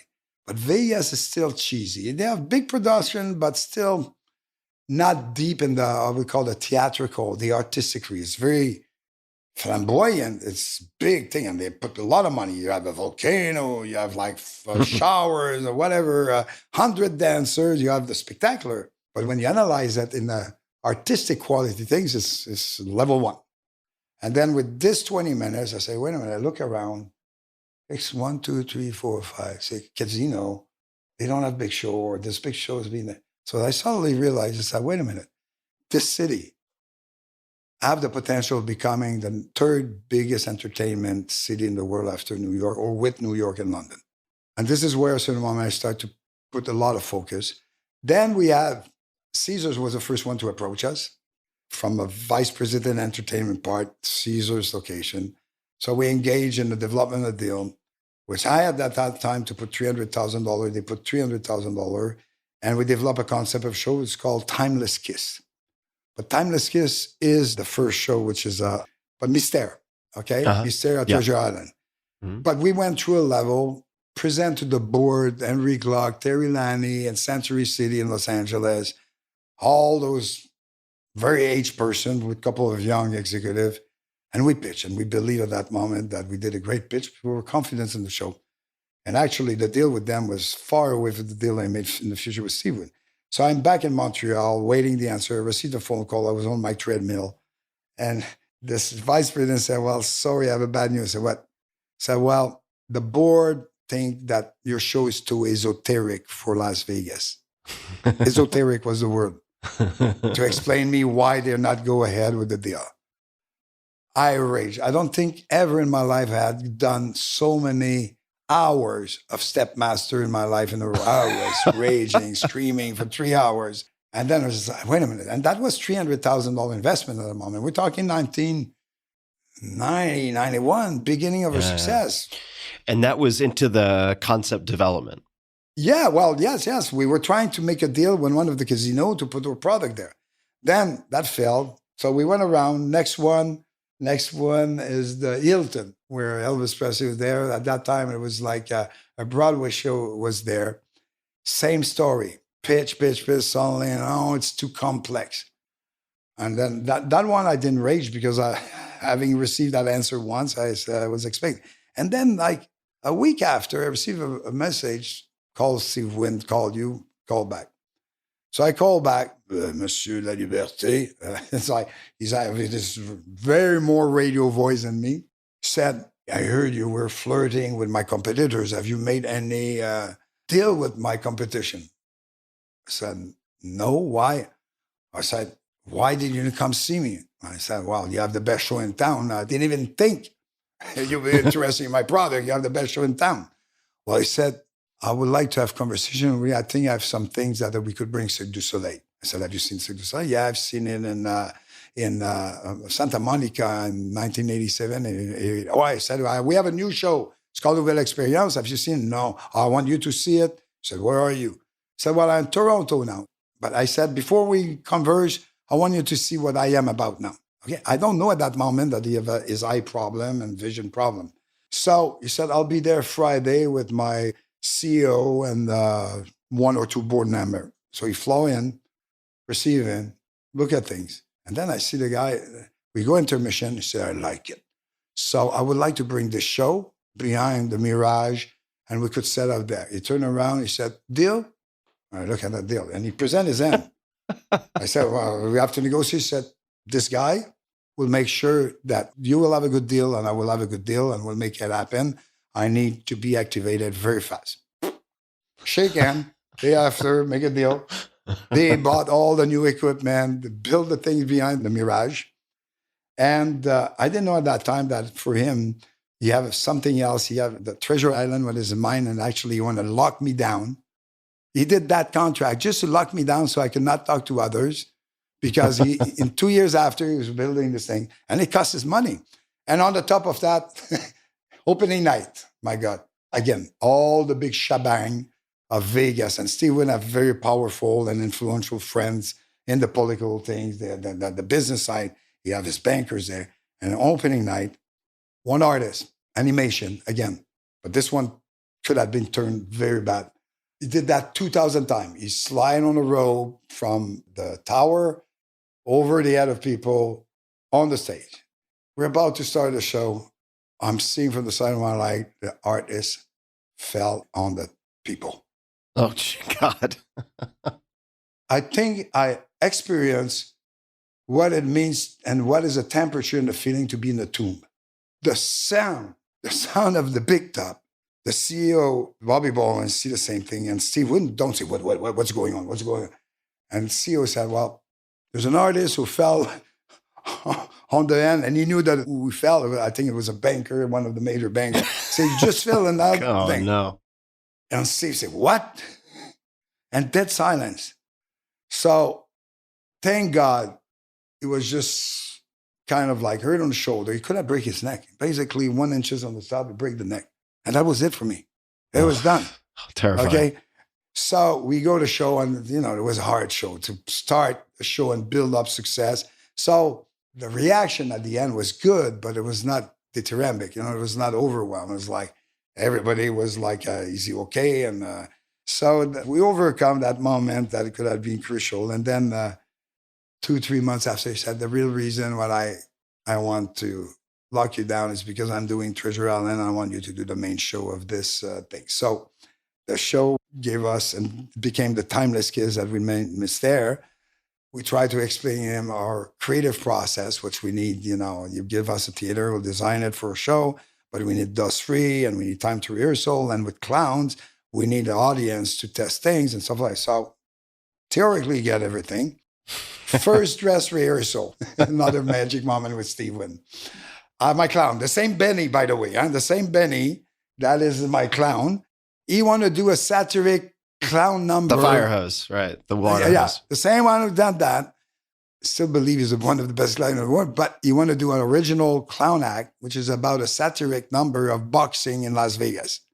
And his game is to set up kind of boxing things, theatrical one, invite an audience member to have a boxing fight that end up to throw each other tarts, cream tarts. Okay. But the test people are only the worker of the casino plus all the executive, because Steve Wynn asked all this top executive, go check it out. First, we don't even call that a dress rehearsal, we call that a lion den, meaning it's a cage for lion. So it's not the risk we're taking there, and we just want a little bit. Normally, we invite friends and family, small crowd. The room is like probably 50% of the executive or the attire right there, and the number go wrong. Benny panic, the clown panic, and he start to throw all the tart on the audience. So, of course, I received a phone call from Steve Wynn that's doing ski and Aspen, and said, I will not use the word, happened. It's like, what are you doing? What is it to throw tarts to people in the room, in the new theater? Like I said, Steve, it's like this was the lion dance and we're testing it, get wrong and stuff like that. The clown panic, we'll correct that. Don't worry, that's part of the process. Panic. And he said, there's no F way. You can say it on my show. That's okay. No, I'm just joking because with all those things. There's no fucking way. Exactly. Well, I didn't say it. You said it. I just tried to play with the situation. So he said, listen, I'm flying tomorrow. I want a private view of the show. Okay? And there's no way you will open the show. And I will tell you what's work, what doesn't work. I have the experience of that in Las Vegas. And we're there. Everybody's freaking out. So I'm cranking because it's like we took months to explain him this process. And now he's like threatening me to not open the show, whatever, in the Steve Wynn way. So we arrive I'm not sitting with him. I'm sitting with Bobby Baldwin, the CEO, because he's my friend and that's the one I made the deal. Franco Dragon and Gilles Saint-Croix, the director and the director of creation with Steve. And you could see Steve. And those shows that have so much mechanic on it, you cannot put the artist on risk. So you don't run the show at real speed. You run the show in a safe way. So you mark the step and then, it's a process. So I'm obliged to run a show that's supposed to give him the information what the show is about. But instead of being 100 miles an hour, it's running at 75. So obviously, you don't see the beauty of the race car. It's like it is just safety, safety, safety. You mark, you take a client lining. Does the light could affect an acrobat? There's all this hundreds of details. So obviously, everything is slowed down. So at the end of the show, stand up. We have a meeting with him, and he's around the table. He talked to us like, "What the fuck is this show?" He says, "It look and feel like a fucking German opera." Franco Dragon, the director, turned around and said, "Thank you, Steve. This is the biggest compliment you can ever told me about the show I create." Swear to God, this is true story. And Steve is just like, "What?" And then I just tell you the show is a piece of crap, and you're telling me thank you by telling you that. And Franco explained, he's like, German opera is very important in the world of opera as an institution. And Steve is totally destabilized. And then he started to say, "I like that. I don't like that. I want you to change that." And then I intervened and said, "No, Steve." I said, "I explain with the things. We're not done yet with the show. This will be a great show. Trust me. And by the way, I have the last word contractually about what will be the show or not." And his reaction, "Yeah, but I control the room, and if I decide nobody goes in, fair for you. Then you'll be in penalty, because if I deliver a show and I have the right, if you don't want to let people in, it's your problem. I would have done my job." And then he turned rage because he said, and you have to understand, Steve Wynn always had control 100% of his narrative. Everybody's at his foot. Here's a little kid from Quebec, and like standing in front of him and saying no. When people tell him yes 3 times in a row to make sure you understand no, yes. And then he turned to Bobby Baldwin, CEO, and said, "What the fuck is that contract? I don't have the last word." And it's about, "Steve, you asked you to make a deal with them, and that was a break deal. You tasked me to make sure that they will be with us. I did it. That was a condition. It was a break deal. I signed it." To the credit of Steve, at the moment, the CEO said, "This is contractually binding." Steve said, "No, okay then. I will have to trust you. I hope you're right, and you will prove me wrong. But here it is. I will trust you. See you at opening night." Just like that. It's just like that. Opening night, day after, sold out. We were the hit new show, Rock Vegas. Then after that, there was a whole show, and you know the story. It's like bang, bang, bang. To a certain point that after he sold to MGM, there's a moment at the pinnacle of things. We were responsible of 6% of about 40 million visitors of primary reason why people were coming to Vegas. And we were controlling almost 39% of every entertainment tickets in Las Vegas. Wow. So we did contribute a little bit. Now Vegas is a total red ocean, but we arrived, create a blue ocean, and just like squeeze it with beautiful show. And they were giving us all the money we want to create the most amazing show. And O is an example of it. This is like masterpiece. It's like, that's the perfect match with somebody who believe in you, have a lot of money, and a team that arrive at creative maturity to do his masterpiece. So I'll just mention for people, Blue Ocean, the Blue Ocean Strategy, also a great book worth reading that gets more into this concept. But which was a test case. Cirque story is part of a case study on it. And it's very interesting. And people who will read it, it'll really make you understand how addressing a red ocean by creating a blue ocean could totally be a game changer for an enterprise and the way of thinking about your envisioning strategy. Yeah, total game changer. And I would love to ask you more about Steve Wynn. We might come back to it, but I know we're coming up on 2 hours, so I want to be respectful of your time. But let me ask you this question, which is, I would love to get your perspective on maybe what people miss about Cirque du Soleil and why it became successful. Because I imagine there are many people listening to this who will wonder, and I've wondered this too, why didn't someone else do this? Well, we were a pioneer, but after the success, like any good success, you have impact. creative mind or production company. Some will have the easy reaction, a lazy reaction of trying to copy you. Very bad for them, very bad for the business, very bad for my brand. Why? Because they will play inspired by, they will call that a sick la lune, sick of that, to try to grab the flavor and attract them by trying to sell that they're at the same level, right? Disaster. And this, for me, it's lazy people who do that and non-creative people.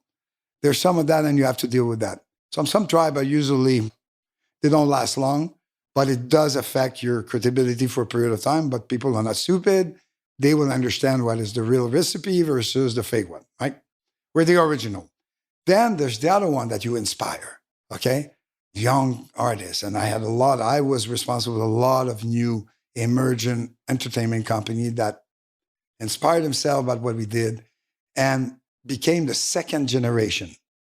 You know, it's like in art. You have the first generation, you have the second generation, and you have the other one that we call the derivative of the bad one, you know, that sometimes make money out of things, but they just copy and they have no contribution to the evolution of the art. But today we have nurture, Cirque du Soleil had nurture dozens of second generation of artists and things. And it's not necessarily always about circus. Mia Wolf, for example. I don't know if you know Mia Wolf. Yeah. So, for example, Mia Wolf, without saying they're second generation, but they are, because I know the founder or some of them. And, you know, obviously we had a huge impact in inspiring cultural or artistic entrepreneur to use us as inspiration. And Mia Wolf, some of them, I said, well, listen, you've been very important in inspiring us, and many other like that. And when you see this, or even in circus, there's been little troupes, things, all like babies of Cirque du Soleil, that had defined their own style, that had inspired and contribute to the elevation of the art of circus. And that's beautiful. And there's more of that, there's failure. And actually, it's very rewarding to see that type of impact you could have on the next generation. So, yes, it's people who try, but the clever one or the one who don't try to copy, but try to make their own signature. So, Guy, I want to be respectful of time. Do you want to keep going for like 10, 15 minutes? Or? Yeah. Okay.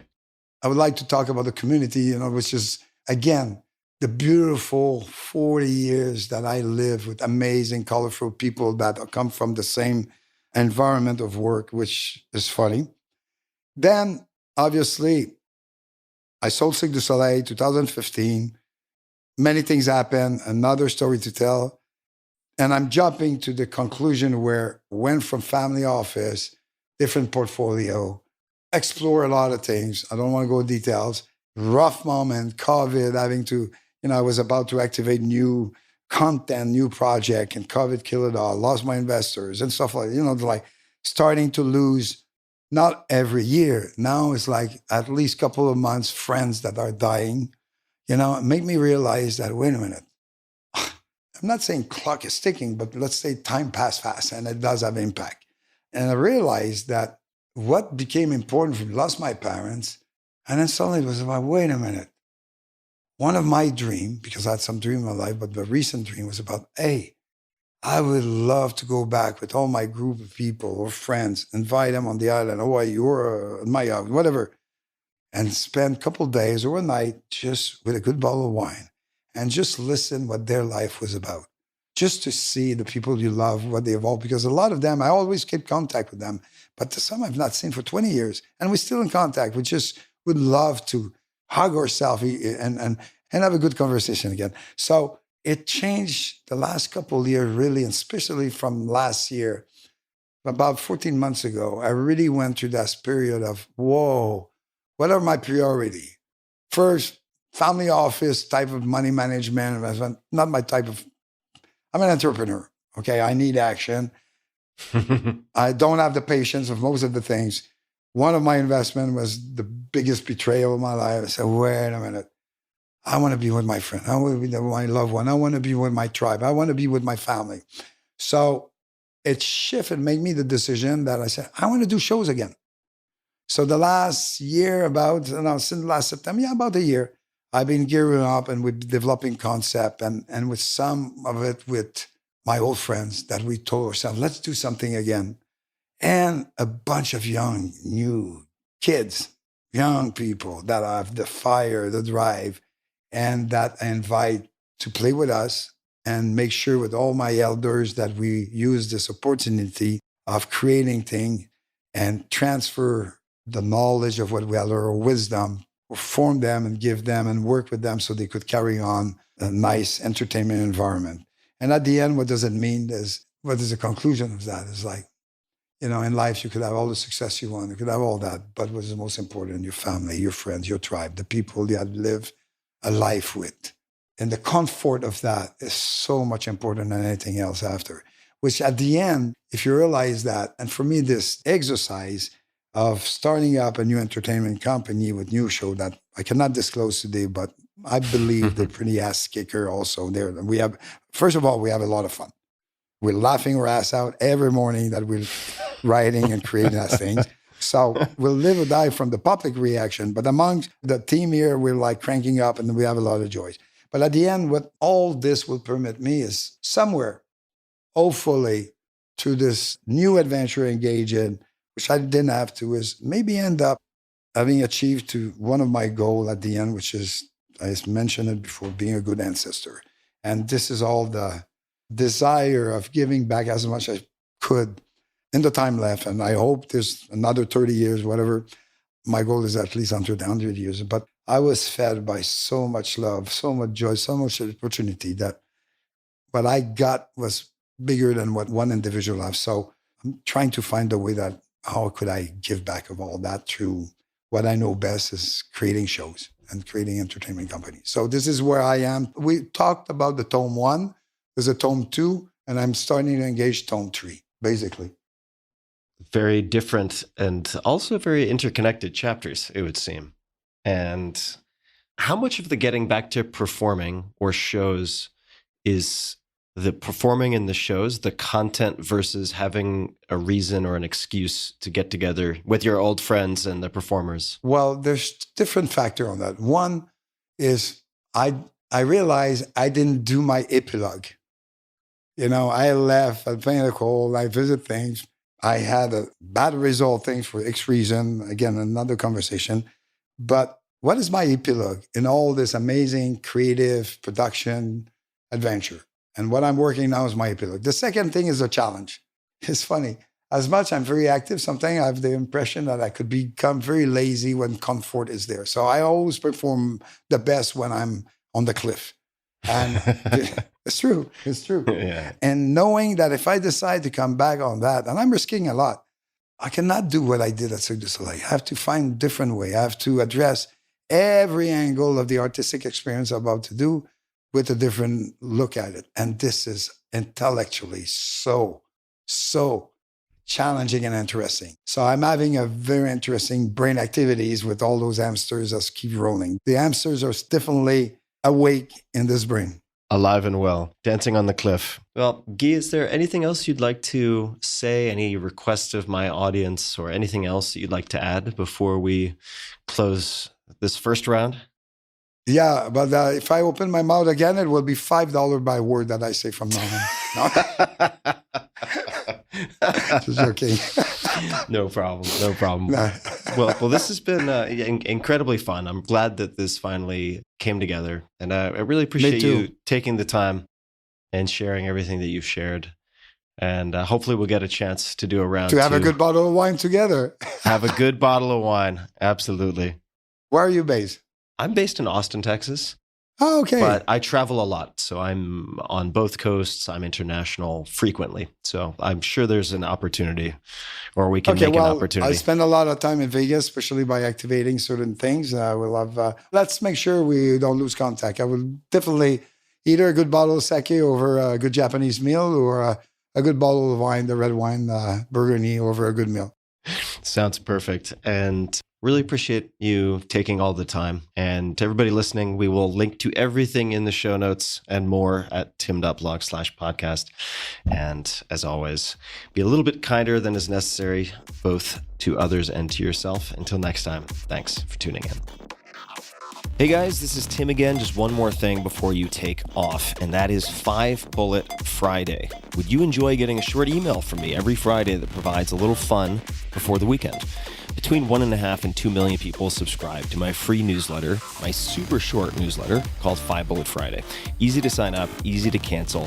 It is basically a half page that I send out every Friday to share the coolest things I've found or discovered or have started exploring over that week. It's kind of like my diary of cool things. It often includes articles I'm reading, books I'm reading, albums perhaps, gadgets, gizmos, all sorts of tech tricks and so on that get sent to me by my friends, including a lot of podcast guests. And these strange esoteric things end up in my field, and then I test them, and then I share them with you.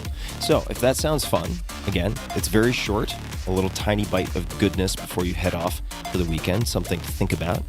If you'd like to try it out, just go to tim.blog/Friday. Type that into your browser, tim.blog/Friday. Drop in your email, and you'll get the very next one. Thanks for listening. This episode is brought to you by 8 Sleep. Temperature is one of the main causes of poor sleep, and heat is my personal nemesis. I've suffered for decades, tossing and turning, throwing blankets off, pulling the back on, putting one leg on top, and repeating all of that ad nauseum. But now I am falling asleep in record time. Why? Because I'm using a device that was recommended to me by friends called the Pod Cover by 8 Sleep. The Pod Cover fits on any mattress and allows you to adjust the temperature of your sleeping environment, providing the optimal temperature that gets you the best night's sleep. With the Pod Cover's dual zone temperature control, you and your partner can set your sides of the bed to as cool as 55 degrees or as hot as 110 degrees. I think generally in my experience, my partners prefer the high side, and I like to sleep very, very cool. So stop fighting. This helps. Based on your biometrics, environment, and sleep stages, the Pod Cover makes temperature adjustments throughout the night that limit wake-ups and increase your percentage of deep sleep. In addition to its best-in-class temperature regulation, the Pod Cover sensors also track your health and sleep metrics without the need to use a wearable. Conquer this winter season with the best in sleep tech and sleep at your perfect temperature. Many of my listeners in colder areas, sometimes that's me, enjoy warming up their bed after a freezing day. And if you have a partner, great. You can split the zones and you can sleep at your own ideal temperatures. It's easy. So go to 8sleep.com/Tim, spelled out 8sleep.com/Tim, and save $250 on the Pod Cover by 8 Sleep this winter. 8 Sleep currently ships within the US, Canada, the UK, select countries in the EU, and Australia. This episode is brought to you by Shopify, one of my absolute favorite companies, and they make some of my favorite products. Shopify is the commerce platform revolutionizing millions of businesses worldwide, and I've known the team since 2008 or 2009. But prior to that, I wish I had personally had Shopify in the early 2000s when I was running my own e-commerce business. I tell that story in the 4-Hour Workweek, but the tools then were absolutely atrocious, and I could only dream of a platform like Shopify. In fact, it was you guys, my dear readers, who introduced me to Shopify when I polled all of you about best e-commerce platforms around 2009, and they've only become better and better since. Whether you're a garage entrepreneur or getting ready for your IPO, Shopify is the only tool you need to start, run, and grow your business without the struggle. Shopify puts you in control of every sales channel. Doesn't matter if you're selling satin sheets from Shopify's in-person POS system or offering organic olive oil on Shopify's all-in-one e-commerce platform.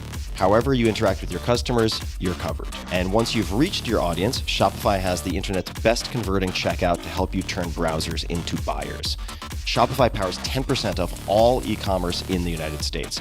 And Shopify is truly a global force as the e-commerce solution behind Allbirds, Rothy's, Brooklinen, and millions of other entrepreneurs of every size across more than 170 countries.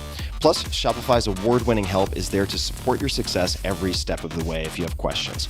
This is Possibility powered by Shopify. So check it out. Sign up for a $1 per month trial period at Shopify. That's Shopify. Shopify.com/Tim. Go to Shopify.com/Tim to take your business to the next level today. One more time, all lowercase, Shopify.com/Tim.